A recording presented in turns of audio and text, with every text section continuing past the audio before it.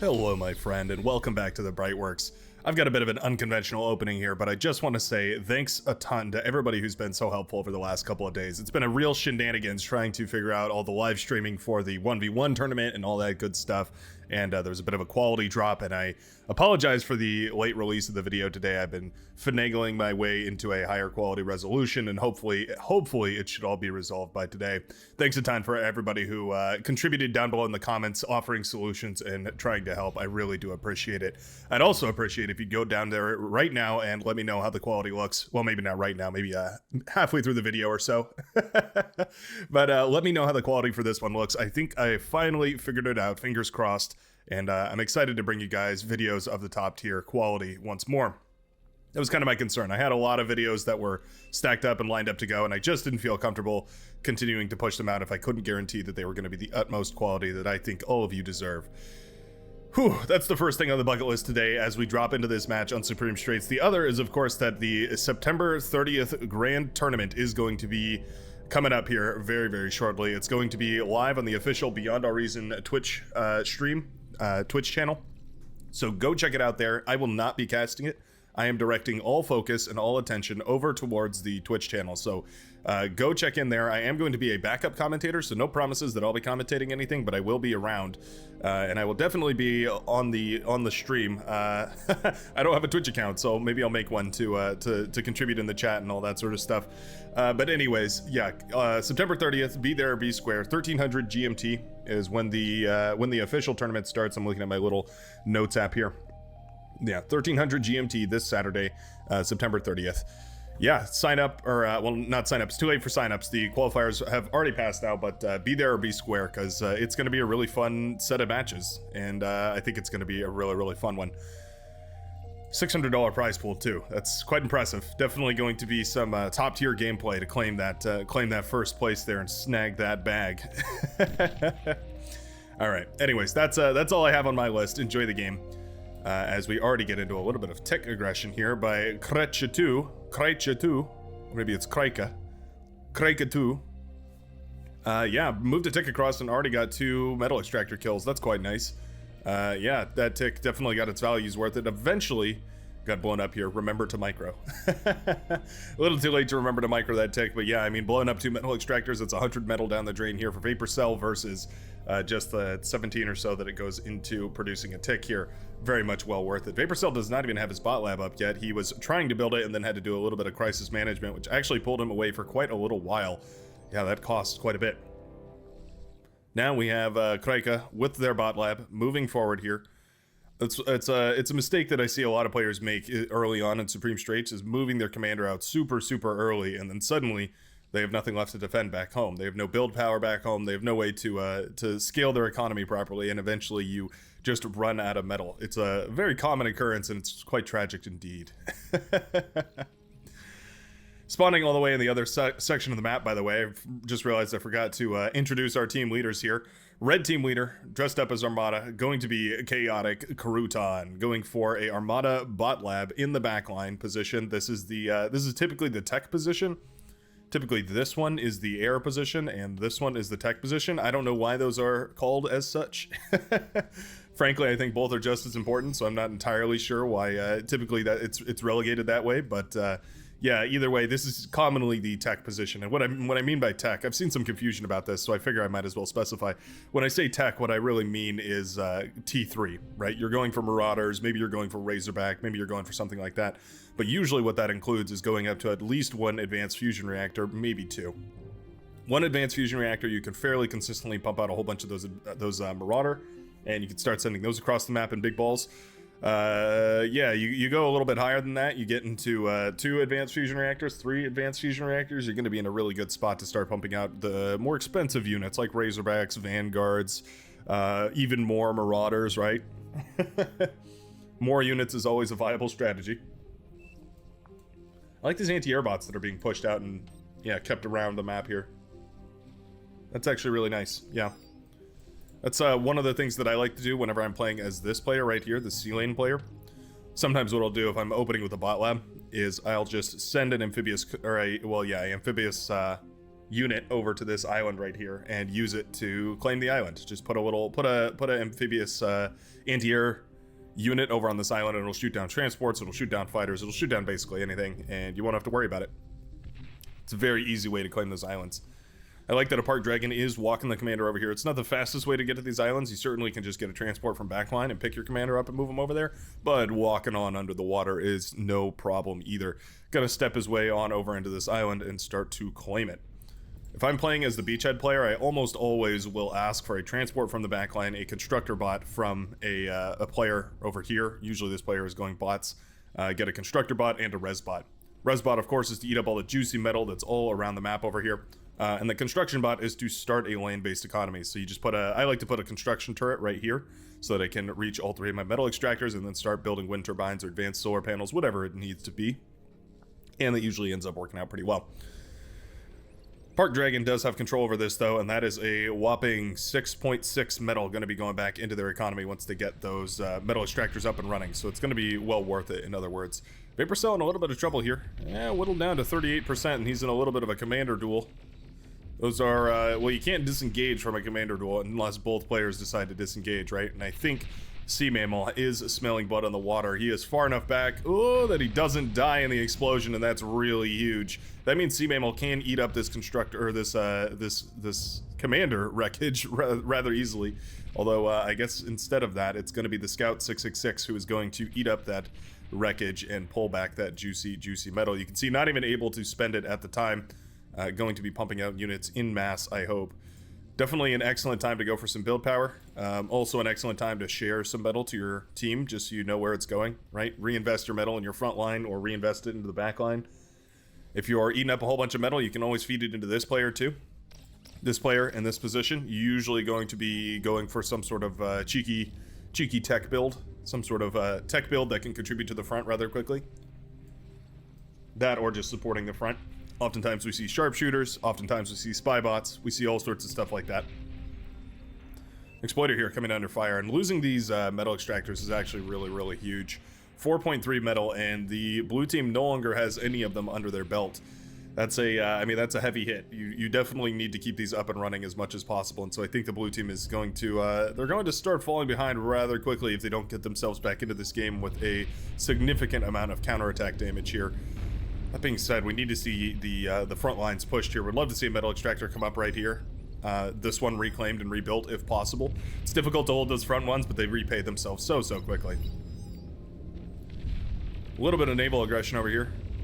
Dolphins getting on top of that destroyer here. Yep, that's exactly what we like to see. Dolphins are very powerful against those destroyers. You can see only 3 of them to take down a destroyer. 350 would mean that each one of them costs, quick maths, 150, 175. Yep. Gotta keep your math sharp for this game. But yeah, that is quite nice, because that's a minimal investment to take down a destroyer, and losing those destroyers, especially those early destroyers, is so impactful. Wouldn't mind seeing a little bit of a retaliatory strike here. And it looks like that's what we are going into. Got the Dolphins and the submarines on the way. Of course, the submarine is the only way that you can actually kill the metal extractors under the water here. Save for a depth charge launching unit like the destroyer, but that's a little bit of overkill, in my opinion. The bird keeps watch over the destroyer. They say it's a sign of hope to see a bird while not near the coast. Often finding a perch aboard your lonely vessel. Dr. Cheesecake, heavily fortified, well, heavily, big air quotes around heavily, right? These are just LLTs, but for this stage in the game, heavily fortifying his coast, making sure that there's no shenanigans running by over here, which we did see attempted by the Scout 666 as he tried to move some amphibious tanks under the water, under the sea, and out into the bases over here. Going to be shut down quite handily by those LLTs. At this point, the metal extractors are parked and loaded for the red team. You can see that metal difference reflected in the top right-hand corner. 180, 190 metal per second going up against just about 140 for the blue team. It's certainly going to be a fantastic advantage for them. We're going to need to see quite a lot of damage done in order to reclaim some of that advantage that has been lost here. Taking out this player up north is definitely well worth it, though. I like the little bubbles coming out of that. I never noticed that before. Really makes it feel like an entire platform that's sinking into the sea. Anyways. This aggression is nice. This is forcing the green players here to constantly rebuild static defense. They're constantly afraid of whatever is lingering behind these missile launchers, right? They know that the missile launchers are just the front of this. There's a, a little bit of a battle going on over here as a metal extractor is being reclaimed by the blue players. That was claimed originally by our our maroon player, NWXH, who has gone up to a cheeky T2 laboratory here. No units whatsoever, though. I mean, well, I guess it's not technically true. We have one submarine, one Elsa, and one Dolphin. Not going to be effective whatsoever against all of these submarines that are just booking it towards the base here. And yeah, there's not a lot here to defend. There's a torpedo launcher. Wait, is there a oh no, I mistook the metal extractor for a torpedo launcher. There is nothing here to defend from these submarines. I mean, I guess there's another submarine, right? But yikes. Yeah, these submarines are now going to have a field day as they push on in here, and I have a feeling that this T2 lab will suddenly be entirely forfeit, as these T1 submarines have no contest in the water and are going to ravage this base. Okay, the friendly submarine is going to try its very best. Yeah, it might get a kill. Yeah, it'll kill one of the submarines, that's nice. Slows all this down quite a bit. He's going for the advanced T2 constructor, but he's also upgrading his economy back here at the same time. Oh, you got to eat up this vehicle lab. This vehicle, I was wondering, like, usually you're able to manage all this while still producing a fair amount. It's this vehicle bay right here. That's 740 metal that is just at no one's disposal. That's exactly where all the metal should be coming from here in order to fund all this. Unfortunately, not eaten up soon enough, and so these dolphins are going to make it into the main base. They're going to start whittling away at whatever forces are here in that T2 lab. It's nice that he got the T2 lab up, but if you can't produce units out of it, it is entirely pointless. And I think it's exactly what we're seeing here. The mighty dolphin coming in for the kill and is going to surround this laboratory and start to destroy it. Down it goes, and that is a whopping 1,920 metal laying at the bottom of the ocean floor right there. We need some res submarines out to go eat all that up. That is exactly how you transition out of the sea, is by using the wreckage from your enemy's base that you've destroyed. It's the ideal way to do it anyway. Naval defenses here that were set up by Kreka are going to be whittled away. There are some torpedo launchers that are firing into this crowd of frigates and destroyers, but those destroyers can outrange them, and so eventually they will fall relatively efficiently. We're not talking like the most efficiently, because naval units tend to drift a little bit when they come to a stop, meaning sometimes they get within range of those torpedo launchers even when you don't want them to. This is where the difference is made, though. You can see these res subs here eating up whatever they can. They're going to eat up this wreckage. They're going to eat up all of these torpedo launchers. They're going to eat up everything over here. Very, very important, very impactful. Couple of bombers looking to bomb that geothermal, but it was never taken. Might explain why the T2 transition is very slow over here, especially considering there was never any naval engagement. Well, I guess he did try to step into the Navy, but it just got knocked out so quickly. Yeah, I mean, at this point, Dr. Cheesecake has already handily won his naval theater and is going to decide to go into a T2 naval lab. I don't hate that whatsoever. I think getting that T2 naval lab is one of the better options here. Lets you get those missile ships out, which are very, very powerful. Of course, because you can harass these bases over here, and it's one reason why I always urge an Armada player to build at least one pulsar over here somewhere. It's going to allow you to cover a large majority of this bowl right here. It's not going to keep you completely protected, but once you start getting 2, 3 of them up and running, very difficult to push in there. Those missile ships are not very good at kiting. They tend to walk into range or float into range of those missile ships, or of those pulsars rather. Missile ships into pulsars, let me be clear. A lot of medium tanks went down here, but we do see the Hounds are out, and I mean, that's kind of exactly what you want to deal with this situation. Hounds and gunslingers are pretty good too. They're a bit more expensive though, so. Hounds are a little more versatile on the field, whereas the gunslingers are specifically just very good against vehicles. They're decent against bots too, but they have a much harder time hitting them, whereas the vehicles are slow enough that they can hit them, and then that impulse completely stuns them, meaning that you take a really, really nice engagement. The Navy here being used as sort of a coastal harassment, and you can see those destroyers firing away from long range. Both of these metal extractors can be hit by missile frigates right here, the Cortex missile frigate, and it's one of my favorite ways to harass any of the players that are playing on this side, especially if you win your sea and you still have this massive T1, massive T1 Navy. That's what I'm trying to say. You can still use it to harass this this lane here and cause them quite a bit of grief. You can see 8,000 metal worth of T1 units here. You kind of have to decide what to do with it. You can either sacrifice it trying to engage on this front here, and, you know, who knows whether you're going to take a decent trade there or not. Or you can always pull it back to your base and reclaim a whole lot of it and use that metal to go up to T2 units. That's a riskier proposition, because it does mean that if your enemy manages to get back in the game, yeah, they're going to be able to catch you without a navy. But also, when in a game like this, when you know that your opponent isn't really going for any sort of naval aggression, yeah, it could very well be quite useful. In a game like this, I do say Slaytanic is going for vehicles of all things. I am perplexed why we're going vehicles here. Amphibious tanks make a little bit of sense, but obviously still going to be very difficult to push through. There's a lot of anti-submarine capability here. There's quite a few destroyers, looks like 4 of them in total. Enough certainly to start dropping those depth charges and killing a lot of those units that try to put a little bit of pressure on.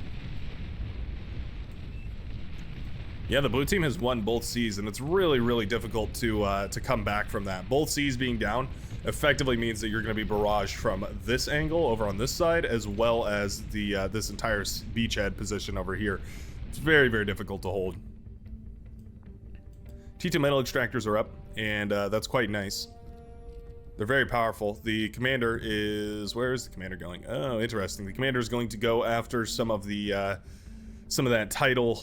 Or not tidal, some of that naval production again. Going to try and build a naval lab over on this corner of the edge of Supreme Straits. Not a bad idea, however, there is still a massive navy here for the purple players, so I'm not sure exactly how well that's going to go. That commander might go down.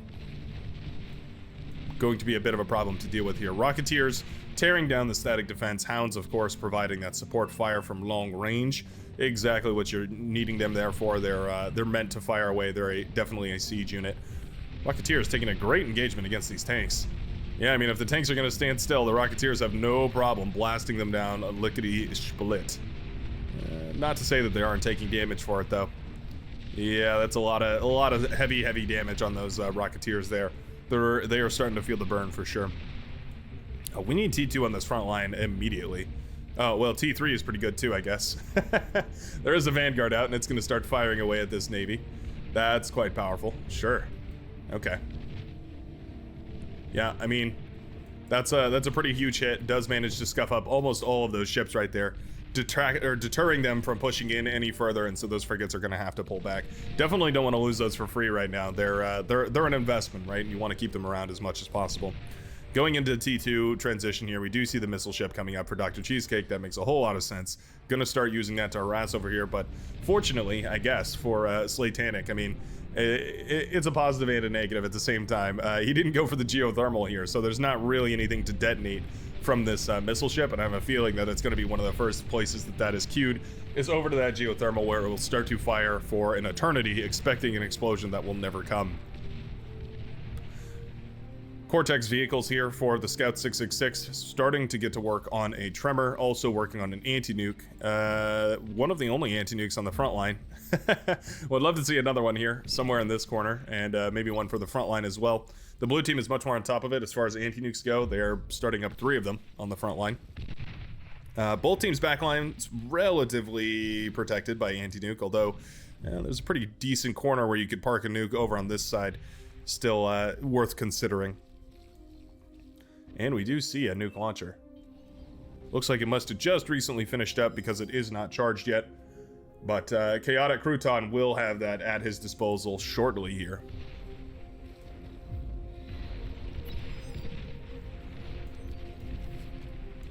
Yeah, not bad.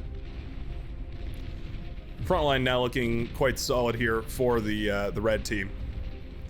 Metal Extractor is still definitely worth claiming, so I'd love to see the commander pushing forward to claim all these, or a constructor doing that. It is a little risky moving your commander in at this point in the game, so I could understand moving in a constructor, something a little bit less valuable than your commander, wielding, of course, that almighty D-gun, which is known to be the devastator of many a force that are grouped up, clustered together, and looking to get their entire frame disintegrated.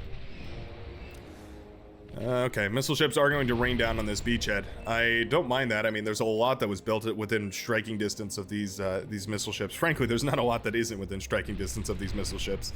There's a large majority of infrastructure that is just constantly within within range of these, and that's why losing the sea is so difficult to contend with. Vanguard is quite powerful, and it can fire out into long range, but there is radar coverage out there, so he doesn't know exactly where they're at. He's going to need some sort of an air scout in order to fire on those accurately, and for the time being is not going to be able to. Yeah, it starts firing out into the fog of war, but that's not really very effective. And I have a feeling that these missile ships are going to go uncontested for the time being. There's a radar ship in order to cover this, and or an anti-radar ship, I should say, as well as a Aerostorm, the anti-air ship, in case somebody sends bombers or torpedo bombers or anything like that. Tick spam now coming up here. Not the end of the world. Definitely still a potential for friendly fire here. Yeah, a lot of those grunts taking hits from the hounds as those ticks get closer and closer. It's often tricky to gauge how much damage you're doing with friendly fire, but when you are doing damage, it's definitely significant. This Vanguard has been so withering on the front line, though. Really love the inclusion of that early on here. Looks like, yeah, basically produced a Vanguard and then decided to go heavier into economy, so going to continue stepping up the economy game. We do have 2 fusion reactors, we do have 1 advanced fusion reactor, so that's more than enough to start producing some of those T3 units, but it's also enough to start really leapfrogging the economy here.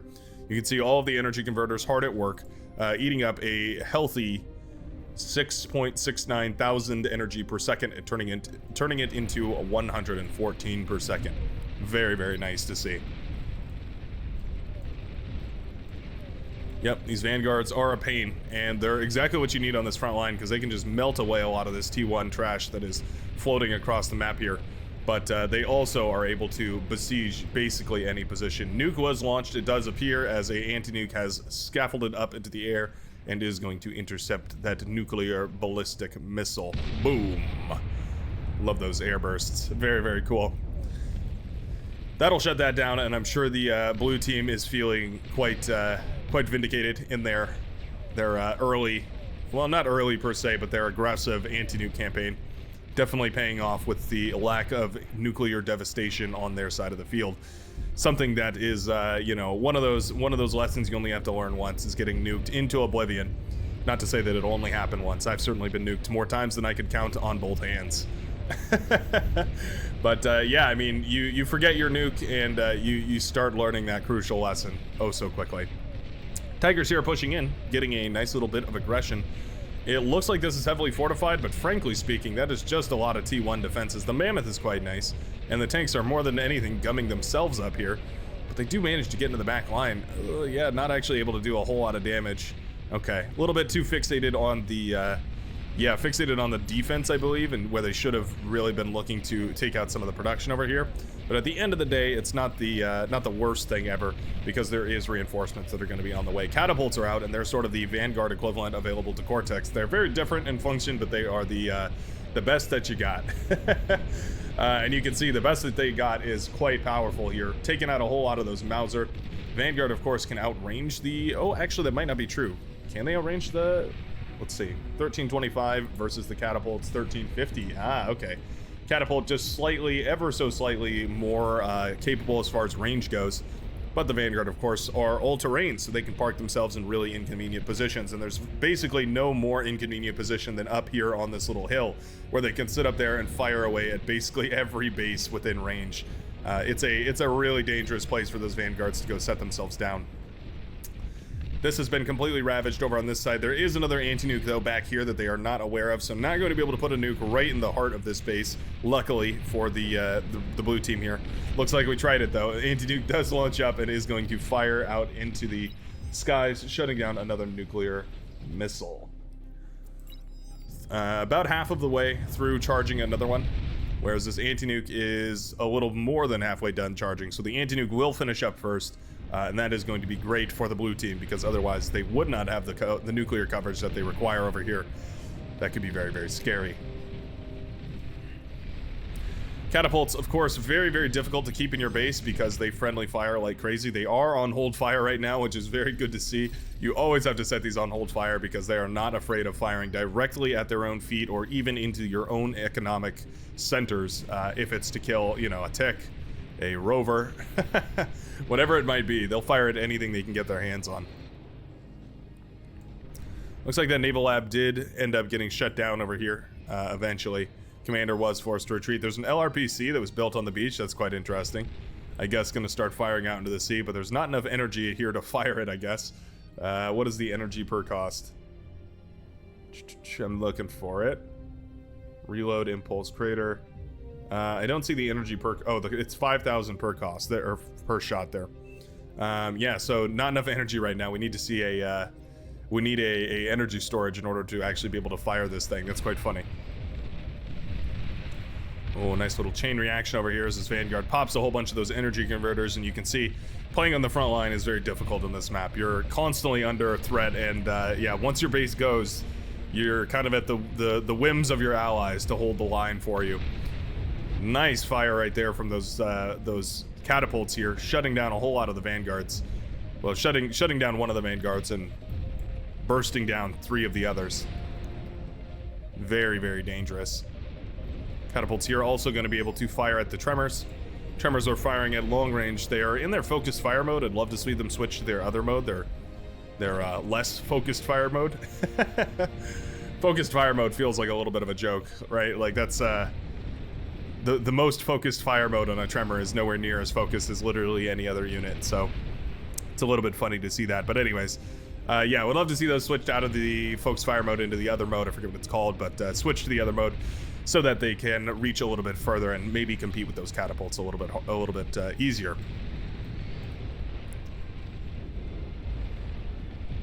Oh, that Tsar does live, and it'll start firing away. Oh, it does get the build power. That is quite nice right there. Build power does go down. The lab is in a little bit of trouble here. A Tiger is trying to bring it down. 4%, 7, 3. He will manage to snipe the laboratory there. The constructors are down. There is a T2 lab that was underway, but there's just no economy for it. The blue team making a valiant push into the heart of the... Or sorry, the red team making a valiant push into the heart of the blue here. This Vanguard really want to connect with those catapults, and they are getting a few of those decent connections here. Not all of them, though. They don't have the vision over there, which is why they can't really fire accurately. Versus the catapult, which have these ticks running right underneath the Vanguard, meaning that they're going to get a fantabulous trade. Wonderful hit right there. Wonderful hit right there. Oh, a little bit of naval aggression over here. It looks like we have some amphibious units that did pop up out of the water and make their way across the beachhead. No naval harassment has been done so far this game, so there was no, yeah, I mean, there was no reason to suspect any, and suddenly it hits at full force. It's going to shut down quite a lot over here. These pincers are looking for the engagement that they need. The EMP bombers trying to shut them down. Pincers are quite... Back off that. Pincers are quite resistant to EMP, so it's very difficult to stun them. Once you get them stunned, though, you need to make sure that you chain react that stun. You need to continually stun them. Otherwise, yeah, it's just going to be even harder to stun them once again. Thor was produced here, and it's resistant to EMP. So I do believe that that's going to be... Well, let me turn that down a little bit. There we go. Turn that down.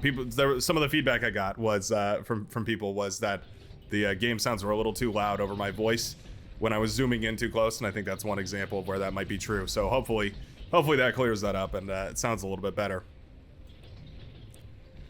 Catapult have been used to great effect. You can see the corpses of those Vanguard lying in the sand there. They look kind of great. It's actually a really cool wreckage pile. Anyways, wreckages of those Vanguards are underway. And the catapults are moving.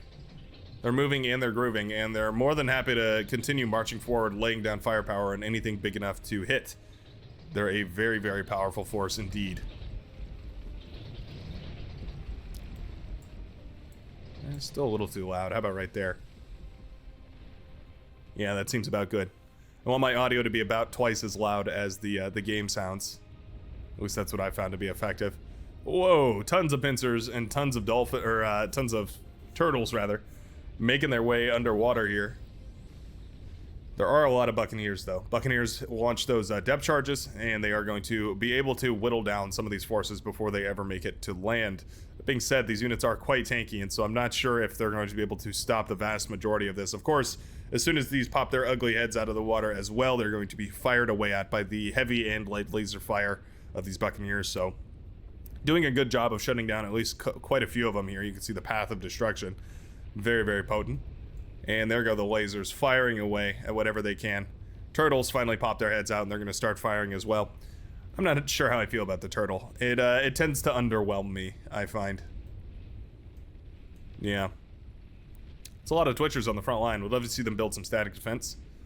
Maybe a couple of those persecutors on the front lines. Very, very powerful pop-up plasma fortification. We have a constructor working over here. Oh, okay. Going to be building an APHIS back here. Interesting choice, but that works. I guess it's out of the way a little bit. Torpedo bomber's trying, but there's just not enough here.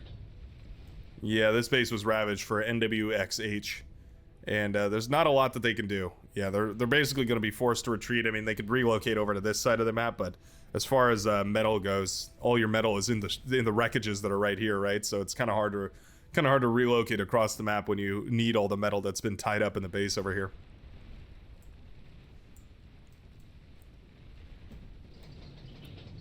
Yeah, that being said, I mean, these gunships are pretty tough. They can definitely sustain themselves against the T1 anti-air units. The Dragon Slayers are going to have a much nicer time, though, shooting those out of the sky relatively quickly. Naval Arbalists are also set up, and those are going to be fantastic for shooting out those T2 aircraft. Eventually, all of those Roughnecks will go down. Tick versus Tick. We devolved this game into a T1 Tick versus Tick stream here. There is a capital ship out and awaiting outside the coast of the, the red team here. Yeah, I mean, if you've got a lot of metal and you've got no way to spend it, the capital ship is definitely one investment that could be worth it. You have to make sure you get some value out of it, though. For 18,000 metal, I sure hope you do, because that metal could certainly be in a T3 gantry or a lot of T3 economy, T2 economy, technically, I guess. I always think of the advanced fusion reactors as T3. They're not technically up a tech level, but they're so expensive I almost consider them a T3 unit. This push was completely unsuccessful here. I had a feeling, but I didn't want to call it prematurely. Whoa. 24,000 metal. Oh, okay, it was a little bit outdated. Let's call it 10,000 metal. Was left over on this wreckage here that a lot of these Twitchers and Resbots and Commanders and everybody who wants some juicy metal going to be pulling it back and sending it into their storages, trying to eat all that up and produce economy, produce units, produce whatever they can here. I think Dong Now would be well met to go for another advanced fusion reactor here. Trying to get more build power up, and I think that's a good decision as well. Especially eating up all that metal in the front line here, you might as well go into a little bit more economy. Yeah, I mean, I appreciate that Slate Tannic continues to try and get into the Navy here, but that lab has been shut down twice, and I really don't think you're going to find much success just because of how advanced the Navy already is across the map. One thing that you might be able to do, and this is a very big might, radar tower would pretty much prevent it, but what you can do is sneak a constructor around and into the corner over here to try and sneak out a naval lab. Sometimes that can be done without being seen, and it can allow you a advantage where you surprise your enemy and manage to take out their entire base, eat up all their metal, and suddenly they're left with naught but a wreckage field in sight. Razorback here to deal with some of these units. Not going to be quick enough, though. These pincers do engage once more. I'm surprised we didn't see some defenses set up here after that first engagement. That is 2 Razorbacks. Very, very good. Oh, looks like the yellow player will tap out of the game, though. And the red player is going to take control of all of these units. Razorback's going to have to back off here so they don't get EMP bombed out of existence. Oh no. 3%. Oh, so close. 3% on that advanced fusion reactor. That was about as close as it could get. Razorback struggling to shoot through the wreckages here. They will eventually shut all this down, but oh my goodness, that was close. This is a massive economy right here, and we are just pumping out T3 units as quickly as we can here for Chaotic Crouton. Don't mind that whatsoever. Going to be using this forward set of labs as well in order to do just the same thing. I hope, anyways. I think we could safely eat up a lot of this stuff over here. Yeah. Eat up all this wreckage, even eat up the fusion reactor wreckage, and yeah, just call it a day. Go for some more advanced fusion reactors over here. I think with an economy this big, you well produce enough metal to grow your economy at the same time that you're relatively consistently producing T3 units, and I think that's definitely good enough here. We are setting up for a proper late game, though. Both teams getting ready to throw some massive metal around the map here. Not as impressive of a singular economy back here for the blue team. You can see that Honshu is going into T2 Mammoths, which is interesting. Not a unit we see spammed out often, but I mean, it definitely has potential. It's a lot of HP and a lot of range. Not going to stack up against a spam of T3, but it certainly can hold its own, at least for a little while. Catapults in the backline are going to provide that long-ranged, heavy damage potential that a lot of these players are going to need in order to push forward, especially those Mammoths to push forward. So I guess at the end of the day, I don't hate it. What I'd love to see, though, are a couple of Junos set up. 3 or 4 Junos just constantly, repeatedly bombarding this this coastline right here, just to make sure that no ticks can get spammed through. I think that would be very beneficial here for the red team. Although that being said, they are working on their own tick spam, so you know, it's a bit of a trade-off. Constructors here working on eco, working on build power, working on eco, just constantly going back and forth. One of those things that I like to do is just set this T1 lab to just produce these aircraft, have them just constantly work with the lab until eventually you have 50, 60, 70 of them, and then you can look around the map. It's something that I stole from Nostradamus, but you can look around the map and you can try and find somebody who is maybe just a little bit under build powered at the moment.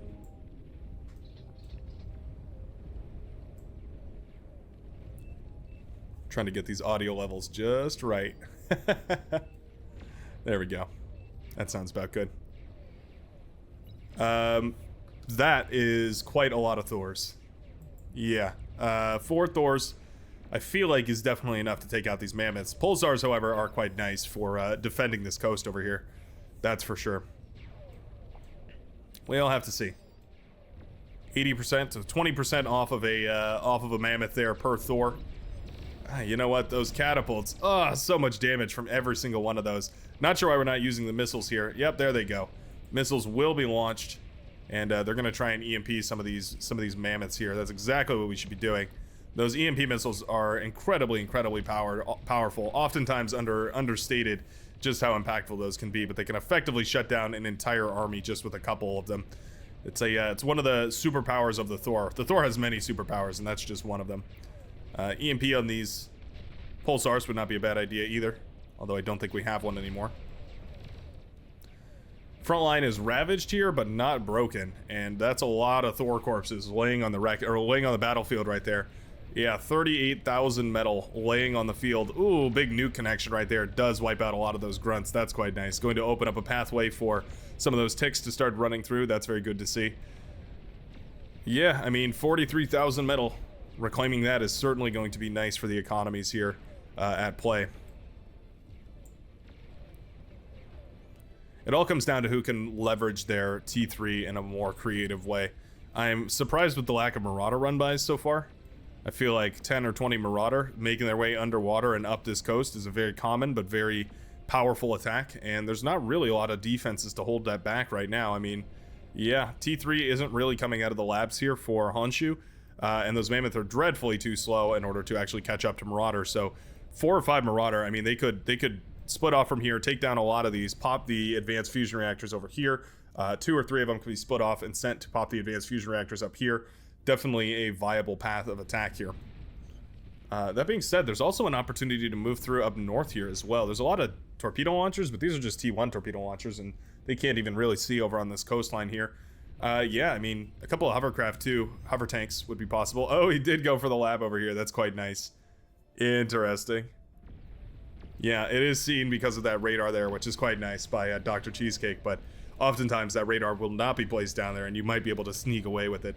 That's always a cheeky play, but it's very cool to see. These, I feel like these capital ships are not maintaining much of an effect here. I really feel like Dr. Cheesecake might want to transition into a amphibious T3 gantry if he's just going to continue producing these heavy hitters here. I feel like a Juggernaut or maybe a couple of Shiva are going to have much better effect against a whole bunch of gauntlets over here. Oh no. Okay, I gotta look. 8,750 metal in T1 gauntlets. Those will get completely ravaged by anything out of the T3 factory. Yikes.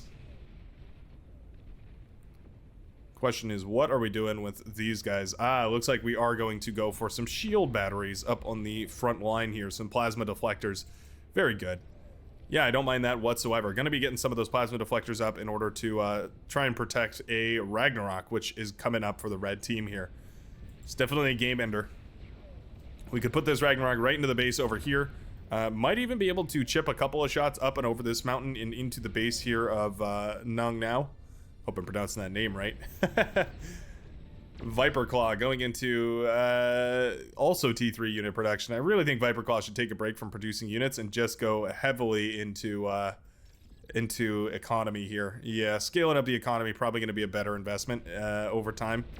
Just because you know that you're going well into that proper late game, you might as well get yourself a proper late game economy, scale it up to the point where you can actually contribute with some T3 units on the front line. Not going to reclaim here, but instead going to resurrect. That's an interesting decision, but not necessarily the wrong one. Those T3 units are very powerful, and sure, sending them back to the enemy is going to be well worth it.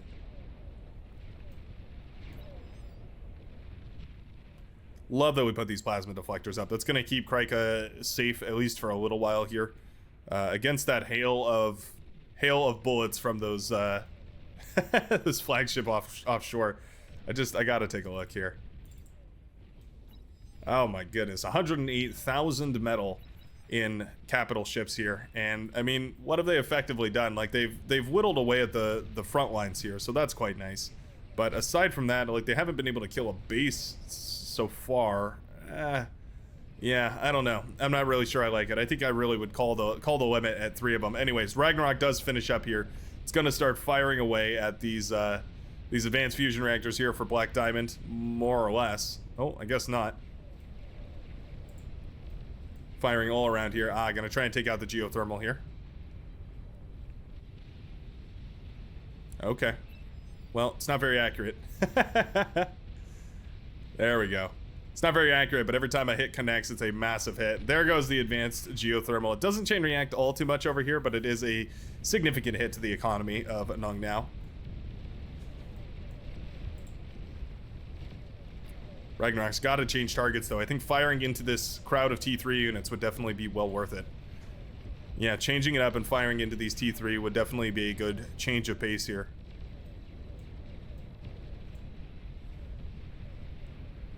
I mean, firing into these bases is nice too, but what good is it if you can't survive, right? Mammoths have ravaged this base here. Commander explosion, I am guessing, took out the took out the shield generators here. Mammoths, of course, don't care about shield generators, though. They fire a laser, and lasers cannot be deflected, at least not in the base version of the shield. You can, of course, tweak that setting under the advanced settings if you're so inclined, but for the base game, it is not effective. Okay, going to be firing into the backlines here eventually. It's the right decision. There we go. Build power does go down. Advanced fusion reactors are in trouble. That's the attack radius right there in red. And yeah, I mean, these advanced fusion reactors are in a whole lot of trouble right now. I do believe they will pop shortly here. Oh no, what happened? Oh, it got EMP'd. Interesting. Okay. Ragnarok did get EMP'd by that Thor right there. It's going to turn its head to shut it down. It's very annoyed by that Thor. Sparing the base back here by just a hair, as we can see that advanced fusion reactor with only 3% to its name. Very, very good distraction, because otherwise that would have been a killer hit right there. Yeah, shield generators are coming up. I think it takes more than 2 in order to shut this down. I think it takes more than 3. I think it takes 4. 4 to 5, something like that, in order to stop a Calamity or a Ragnarok in its tracks here. You can see just how quickly it whittles through the shields. Oh, yep. One hit on the build power, another hit. The build power will chain react and shut down the Juggernaut production here. Not entirely, but significantly. Shield bubbles are always so risky. Sometimes they can deflect shots way into the backline, way further than a standard Calamity or Ragnarok should be able to fire, and that's always very dangerous to deal with. Oh, Marauder run by over here. All right. Glad to see it, although we're kind of running into the most heavily fortified area. It's a lot of light laser towers, but still, it's the most heavily fortified area. There's also the pulsars, which are not to be undercounted. Pulsars can kill multiple Marauder with a single laser beam if they're quick enough about it. Torpedo launchers are going to also drop their payload, try and hit some of these Marauders before they step out of the ocean. Always nice. Chipping away at them, whittling them down one by one here. All said and done, a lowly 5 Marauder do make it to the beachhead. Cheesecake's commander is in position, but frankly, I don't think it's even necessary. He will Oh, no, he won't even degen down the one of them. His commander was just there for the reclaim, only interested in the metal. There we go. The flagship did manage to take down this forward facility, originally belonging to the yellow player, but now adopted by the red. They will pop that advanced fusion reactor and take down basically everything around it. You can see that the build power has been shattered here on Sea Mammal's base as well. Very difficult to get that up and running. This is exactly where those T1 constructors come in so useful. You can go around building construction turrets and help your team out immensely by starting to get that underway here. A little bit of a pincer run by. Thor was in position as well as some of these roughnecks in order to shut a lot of this down. EMP bombers also going to try their very best to help out here. Razorbacks whittling apart all of these units here. Getting a little bit caught. Nicely done. Static defense is coming up over here, by the way. Starting to rebuild that build power, but it's something that Chaotic Crouton could definitely contribute to his team right now is some build power. Getting a bunch of these T1 constructors out to his team would be certainly well worth it as far as getting their construction power back up and underway. They have the economy still, or for the most part they have the economy. But yeah, getting that build power is often really hard to do. It's a slow process to build from because a lot of the time you just don't have those T1 constructors unless you're the air player. I mean, it's a lot of marauders over here. That's nice. Anti-air hovercraft sent in first. Trying to shoot down whatever they can. Nice EMP connection over here. Yeah, that's quite nice. Actually shutting down quite a few of those boats over here. We'll love to see an engagement with maybe some hover tanks. Those T3 hover tanks, they can be quite powerful. Torpedo bombers, also very powerful. And it looks like that's exactly what the red player is thinking here. As we send the torpedo bombers out to try and kill some of these flagships here. Are these set on tech? Yeah, they are set on fire at will. A lot of them are going to clump up here, and oh, that's a massive, massive engagement right there. There's a lot of them clump up. Those torpedoes kind of landed on the naval units. They didn't really land in the water and focus on the one like they usually do. And so that torpedo bombing actually was not going to be able to achieve much effect. We have both C's. How is nobody hitting this rag? It's a fair point. Behemoth can definitely shoot upwards, so these are decent candidates for shooting at this Ragnarok here. The Behemoth brothers marching forward. It's a slow march, but a steady one, certainly. Need a good D-gun. Yep. Scout 666 agrees. Oh. Yeah, they're firing at that radar signature there. Oh, they will kill the commander. Nicely done. Ragnarok firing away at these Behemoths, but not even really able to whittle them down quick enough here. Firing its D-gun bait directly into the air. Not bad. The Ragnarok is impressively incapable of firing at these guys. It is that is pretty funny. And now we can see that the Behemoths are within range of firing at this Ragnarok. Are they going to? Sure hope so. For the sake of the blue team, I sure hope so. At the very least, they're spared from its barrage as a no longer can... It no longer can turn its head downwards to fire at them anymore. Really impressed that these bases have survived here. None of these three bases should be up and running at the time being. They've all been within range of the Ragnarok for a while here, and just none of them have been dealt with. Yeah. So you can see the red player's vision right now. He has no idea where any of those fusion reactors are. He just has no more scouting information. It's at this point that you really got to consider going into quite a few of those T2 scouting planes. Try and get some vision of exactly what your enemy's bases are looking like, because if they're still streaming out units like this, you know that there's got to be something on the front lines that they're holding back. See how much this Behemoth does. Oh, at least 8%. Yeah, that's quite a lot. I mean, Thors are good, and there's quite a lot of them. EMP not going to be very effective. Unfortunately, Behemoth quite invulnerable to EMP. One of the perks of being such a gargantuan platform of war, I suppose. You're just impervious to most things. Yeah, I mean, these Behemoths are tearing apart these Thors here. A little bit of a bomber run, but it was shut down nicely by the air forces here of Malekith, who has gone for a lot of those T1 and T2 fighters here. And you can see just streaming them out in bulk, trying to produce a significant enough air force to contribute to the team here. Nicely done. Very difficult to break these. Oh, there we go. Ragnarok is finally firing into this base here. However, with that many shield generators, I think they might be safe, at least for the time being. And they're slowly whittling down, but very, very slowly. Going to take a long time before those are dealt with. Black Hydra are now firing on the Ragnarok. Shield generators did go down up here, so they are no longer protecting this Ragnarok from the withering firepower of those Black Hydra. They are clumped up, though, so firing at one of these is actually going to damage basically all of them. Not going to matter, though. The Ragnarok does fall. That is impressive. The blue team managing to shut down the Ragnarok. That is a feat unto itself. That thing has a gargantuan amount of HP. Really, really huge HP pool. Very difficult to kill, and they managed to do it with a bunch of Black Hydra. I think in and of itself, does it justify these Black Hydra? Probably not, but with the amount of bases and other facilities that they've managed to kill, maybe those Black Hydra have finally earned their place here on the battlefield. Sea Mammal is in quite a quite a difficult position here. Sorry about that. Sorry to the younger listeners at home. Quite a difficult position here, as there's not really anything to stop this mammoth anymore. Commander was trampled, destroyed to death, killed to death, HP nullified to death. As with that commander gone, I mean, you're really out of luck as far as killing that killing that behemoth goes. Yeah, that's I'm looking for the option here, but I'm really not finding it. I mean, you can see how many of these Thors went down right now. Trying to kill those other two mammoths or those other two behemoths that were there. They're just such a tanky unit, and they're just impossible to shut down. Razorback gonna give it a go. Don't like its odds. Frankly speaking, the Razorback doesn't really stand much of a chance here. Oh my goodness, blown to smithereens by that thing's D-gun cannon.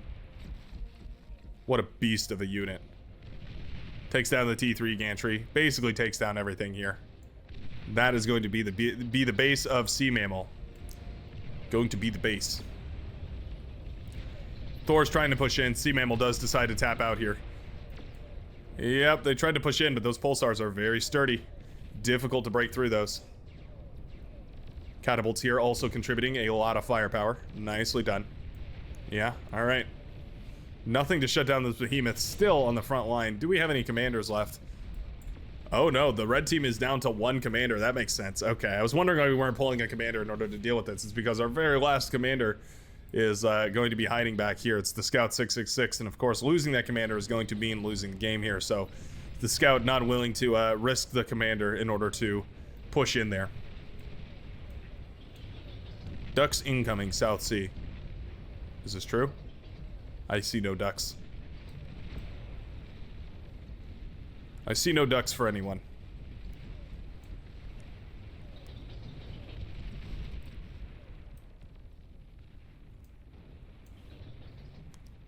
Oh, I guess he's talking about these ducks.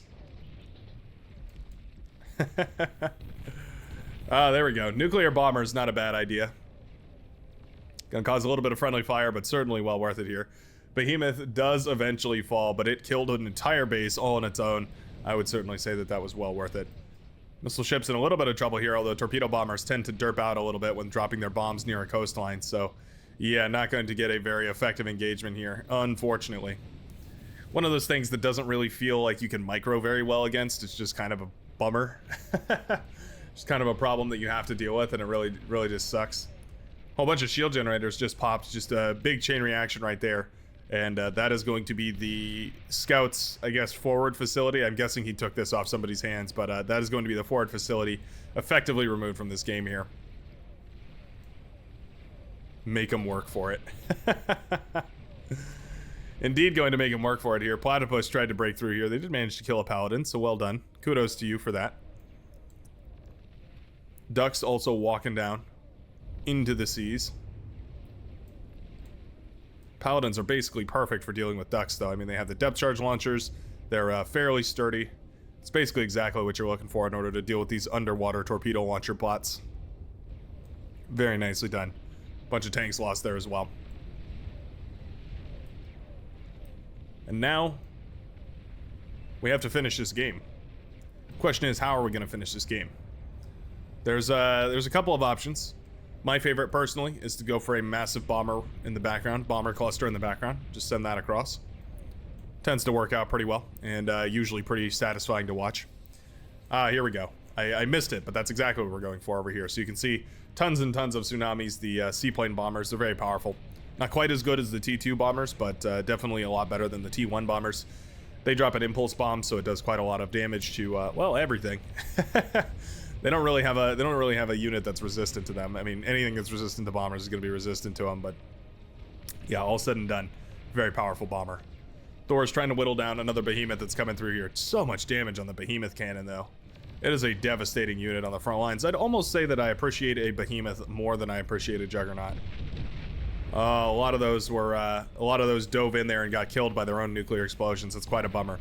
What you can do in order to prevent that is to set these on hold fire and then hit target, right?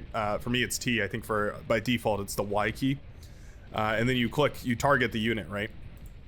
And then when you fly the units overhead, they'll drop their bomb, but they won't dip in to drop the payload. And when they do that, they won't blow all of themselves up. That's one of the ways that you can really efficiently nuclear bomb with a lot of nuclear bombers for very little, very little self-sacrifice there. Not one, but two anti-nuke ships included here, so fat chance that any nuke manages to make its way through there. This graveyard of Thors is making it quite difficult for any new Thors to make their way through. Any precursor Thors? Looking for the right word there. Anyways, fighters do manage to break the air defenses here. Fighters from green also collapsing in. Going to start shooting all of this down as the tsunamis start to make their way towards the economy. And that is going to be one killer bombing run right here. There go the tsunamis. There goes the red base in a massive firework explosion. And that is going to be all she wrote here for the red team. All that remains is the Scout 666, as that was a massive, massive hit to the economy here. More tsunamis coming in. They take out the build power. They do find the fusion reactors back here. Could double back for another bombing run. They will. There's some heavy bombers as well. That will be all of those taken out there. The last commander, 6% health. 6% health, and he's dancing like a champ. Put on his dancing shoes today. That's a commander who is not afraid of death. He will switch hands here as it goes over to the red player. Pew, pew. See that almighty disintegrator cannon on its arm. There we go. Eventually will go down, and that is going to be all she wrote for the red team. Very nicely played there. Managed to get a Ragnarok up and running, but just couldn't snipe the bases with it. Very impressive that the blue team managed to hold on. Really, really epic game. Love to see it. Thanks a ton for watching. I sure hope you enjoyed today's video. Sorry that it was a little bit late and a little bit odd, but I do hope you enjoy. Remember, September 30th is the big tournament. Be there or be a multi-sided object of equal length on all sides. I will see you guys in the very next video. Peace out, folks.